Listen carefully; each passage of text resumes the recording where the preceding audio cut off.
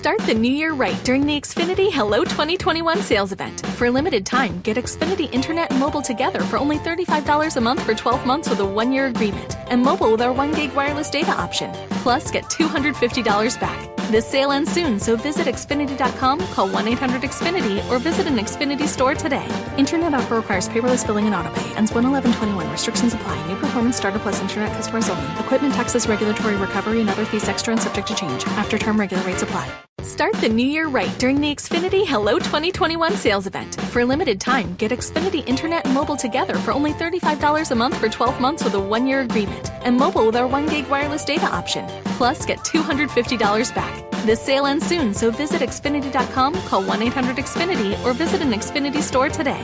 Internet offer requires paperless billing and autopay. Ends 1/11/21. Restrictions apply. New performance starter plus internet customers only. Equipment taxes, regulatory recovery, and other fees extra and subject to change. After term regular rates apply. HudsonRiverRadio.com, your local Rockland County station.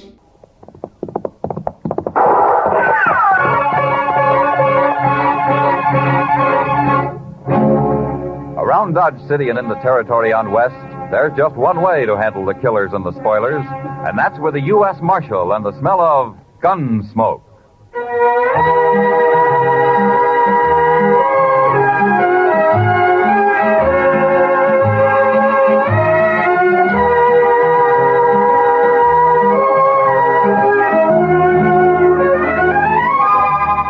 Gunsmoke, starring William Conrad. The story of the violence that moved west with young America. The story of a man who moved with it. Matt Dillon, United States Marshal.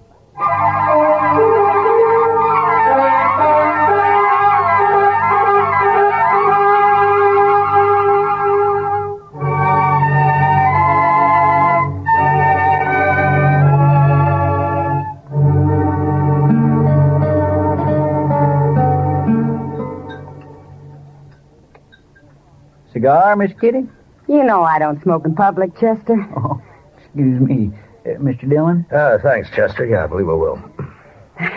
You know, for a Cowtown restaurant, this place serves the toughest steak I ever ate. Oh, you should have had the calf fries, Kitty. Well, next time, I certainly will. Hey, that reminds me. When are we going fishing, Mr. Dillon? You said last week we might take a day off soon. All right. How about now, this afternoon? You mean it? Well, sure. You want to go, Kitty? Oh, thanks, Matt, but there's a new girl at the Texas Trail. I told her I'd help her make a dress today. I'm late now. Oh? Well, I'll have to drop by the office first, Chester. All right. If you want any help eating those fish, let me know. You know how to cook catfish? You bet I do. We'll be around then. Hey, Mr. Dillon, look at those men down there by the jail. Yeah? Now, what's so curious about a wagon load of buffalo hides, I wonder? Maybe they got a white one. If they have, I want it. See you later, Matt.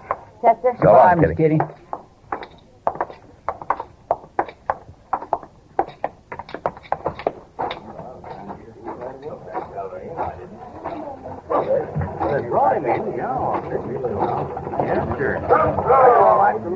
This your wagon, mister?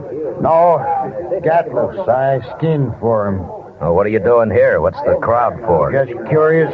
The other Skinner got hurt, and we brought him into the dock. Oh? What happens? He hurt bad? Bad enough. Gatliff didn't see any sense in bringing him into town at all. Me and the cook, we made him, though. Oh? Here's Gatliff now. Chester, go up to Doc. Maybe I can help, huh? All right, sir. How is he?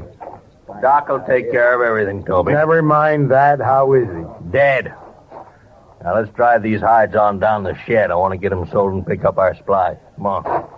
Just a minute, Gatliff. Some other time, Marshal. I'm busy. So am I. But you come into my office anyway. I want to talk to you. All this busy, bothering people. That's my office right over there. You and the cook go get them hides unloaded, Toby. I'll be right along. Yeah.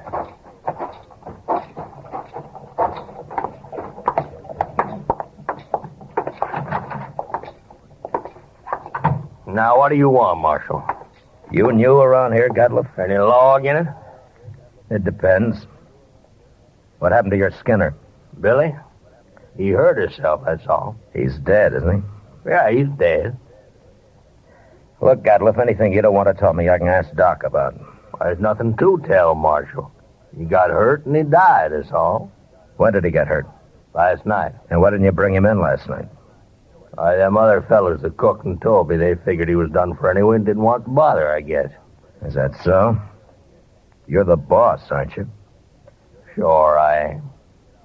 But you know how men are when they get out in camp, Marshal. You don't want to push them too far. They get touchy, kind of. What happened to him, Gottlieb? How'd he get hurt? I don't rightly know, Marshal. He was alone in camp. When we got there, he'd gone and burnt himself. Burned?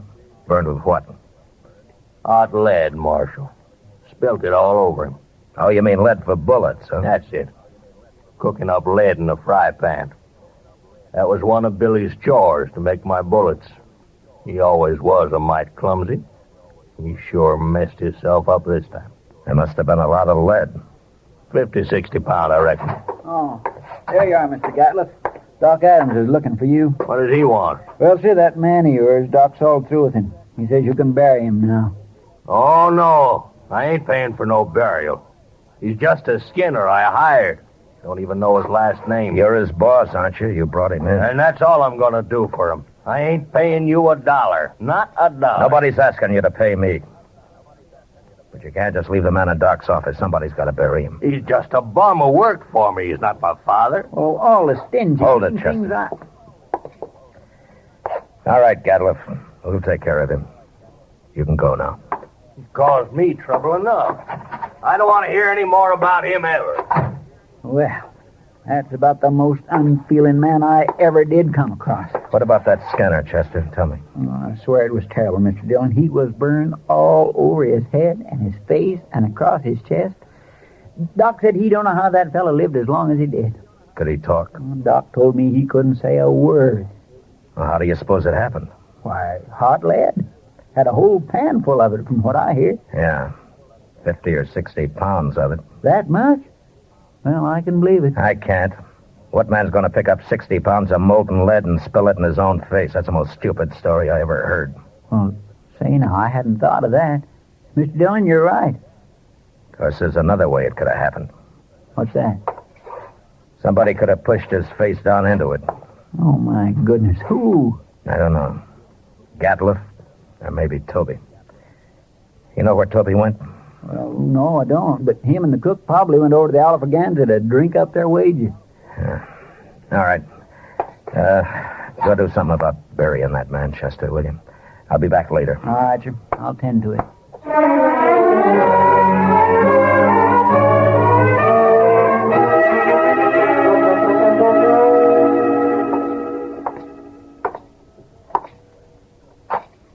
Where's the cook, Toby? Oh, hello, Marshal. Cook, he went to get him some boots while he still had the money. Come on over to a table. I'll buy you a drink. You will? Well, I mean, sure, Marshal, sure. Sam, set out a bottle of rye and another glass, will you? Yes, sir.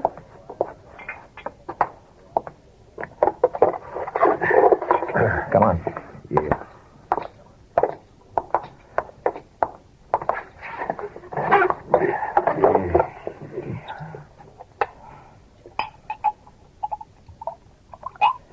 Yeah, here you are. Thank you. Well, here's to your friend, Billy. He's no friend of mine, but he died a bad death. I'll drink to him.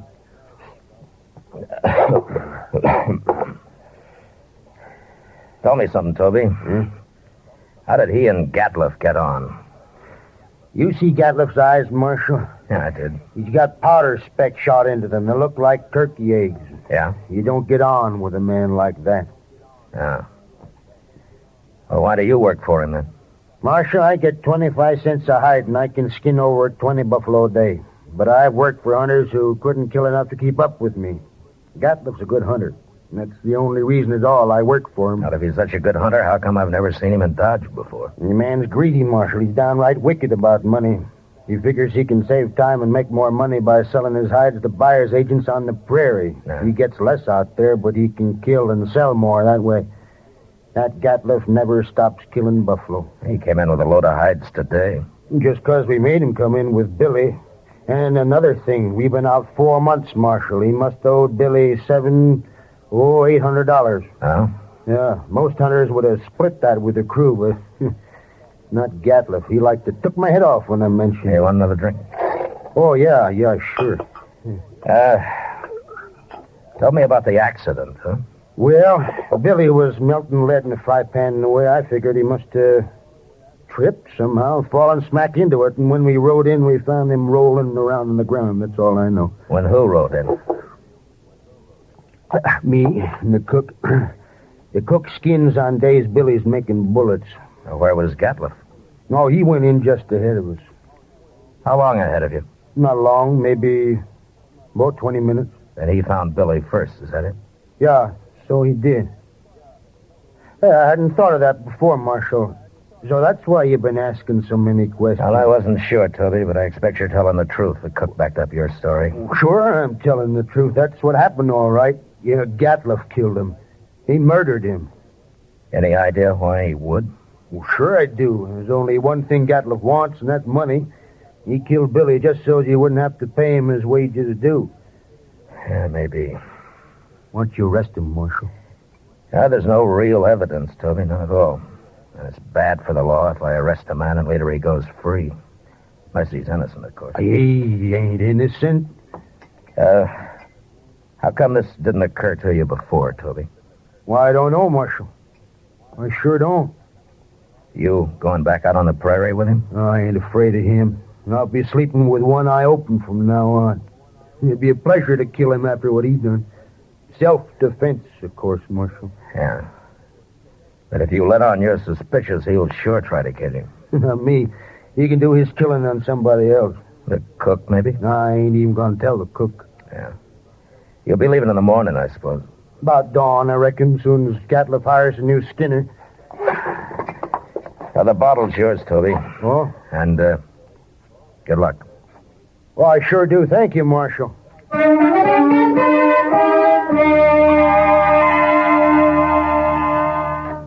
Later in the day, Chester and a couple of other men buried Billy out on the hill. As Toby said, he died a bad death, and it was made worse by the men who'd done it to him, going scot-free. But I figured anybody as greedy as Gatliff would someday overplay his hand, and I hoped I'd be there when he did. The next morning, Chester told me he'd heard that they'd left Dodge. That afternoon, we went off fishing. When we got back, Kitty cooked up our catch for supper, and she did a real good job of it. That was fine, Miss Kitty. Just fine. Anytime, Chester. You catch 'em and I'll cook 'em. Say, do you know how to make antelope stew I've made it. and sourdough biscuits? Of course. Oh, my goodness. Chester, you sound like you're about to propose. Oh, my gracious. No, Mr. Dillon, my... Why, Chester, I always kind of hoped. Oh, I didn't mean... Well, that is... I mean... Well, mercy, well, who'd marry me anyway? You ever ask anyone to, Chester? Well, yes, ma'am, once I did. Well, what'd she say? She said she would. She said yes. Oh, what happened? Marshal Dillon here. Yeah, come on in, mister. They sent me after you, Marshal. Nestor camp across the river. Oh, what's the trouble? Man got knifed over there. Killed. Oh, was it just a fight or what? They don't know who knifed him, Marshal. Come on, Chester. Thanks for the supper, Kitty. Sure, Matt.